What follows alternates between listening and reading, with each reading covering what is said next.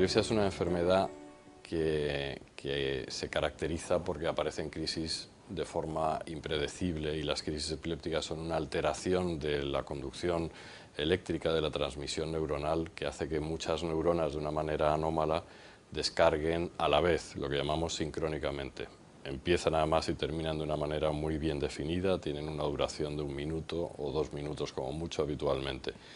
Y como te decía, es algo que tiene que ver con anomalías de la corteza cerebral.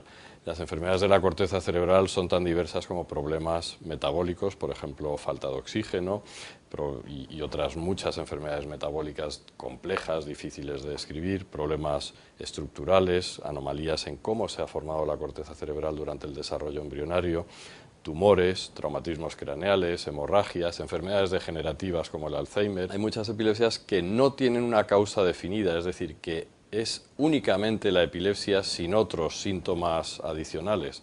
Y eso representa un grupo grande, son casi un 60% de las epilepsias en las que no encontramos la causa de una manera tangible. En esos casos, por lo que sabemos es que tiene que ver con anomalías que hacen que la transmisión neuronal se ve afectada en relación con canalopatías, canales iónicos, que son unas estructuras de las membranas neuronales que permiten el intercambio de cargas eléctricas, iones, y con ello producción de corrientes eléctricas entre las neuronas. La epilepsia se diagnostica a partir del inicio de las crisis. No hay forma de predecir quién va a desarrollar una epilepsia. No existe, desafortunadamente, un diagnóstico previo al desarrollo de la enfermedad. Y el diagnóstico se establece cuando se han repetido o ha ocurrido al menos una crisis epiléptica y vemos que de fondo hay una enfermedad que probablemente va a provocar más crisis epilépticas. Pero hay un 30% de epilepsias que tienen una repercusión importante porque las crisis no se controlan, porque las crisis son relativamente severas, con riesgo de caídas, con riesgo de accidentes, y eso puede ocurrir tanto en la infancia como en la edad adulta. Lo que pasa es que de formas diferentes. Así, en la infancia vemos que cuando se produce una epilepsia severa interfiere con el desarrollo neuropsicológico del niño, se producen retrasos en su desarrollo cognitivo, y eso conlleva pues otro problema adicional, no solo el de las crisis epilépticas, obviamente. Y muchas veces esa incapacidad es mayor que lo que sería la epilepsia en sí. Cuando la epilepsia es leve y está bien controlada, la esperanza de vida es igual al de la población general. Cuando la epilepsia es grave y se repiten las crisis epilépticas a pesar del tratamiento, sobre todo las crisis convulsivas, lo que llamamos en nuestros términos crisis generalizadas tónico-clónicas, que son estas crisis más severas con convulsiones violentas.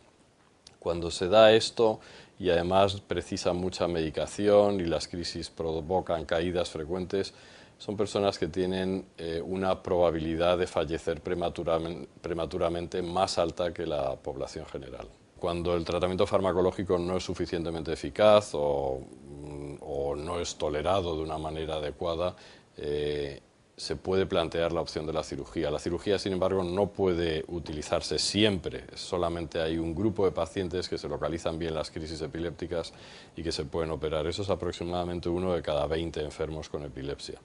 Así que queda un grupo en el cual la medicación no controla las crisis y la cirugía no es una opción, y en ese grupo hay que seguir trabajando duramente para encontrar soluciones. Dentro de ellas pues, han desarrollado nuevas técnicas de estimulación eléctrica, como el estimulador del nervio vago, la estimulación talámica profunda.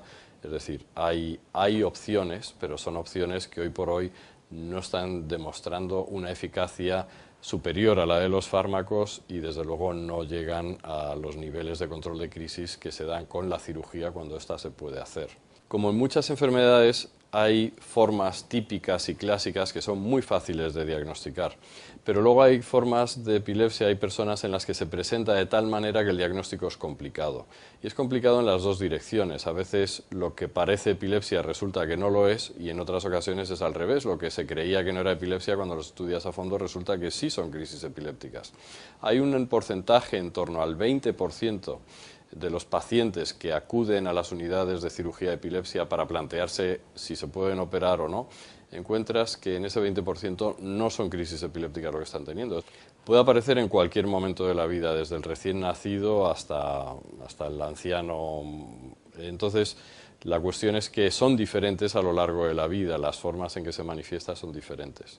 Pero cualquiera de nosotros en un momento dado podría empezar a tener crisis epiléptica. Los momentos de máxima incidencia son los primeros años de la vida y a partir de los 60 años. El tratamiento del ataque es básicamente proteger al enfermo para que no se cause daño a sí mismo. Consiste en alejarle de cualquier objeto que pueda hacerle daño. Si está sobre el suelo, colocarle una manta o algo acolchado debajo de la cabeza y aquellas partes del cuerpo que se pueda estar golpeando durante una convulsión. Es importante en ese momento no forzar la apertura de la boca, eso es algo que todavía con frecuencia se realiza y que puede provocar lesiones importantes en los dientes o en la articulación temporomandibular.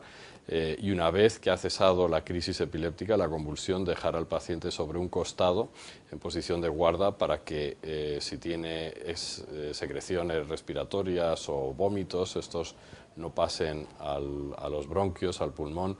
Donde más se está poniendo énfasis es en el diagnóstico genético.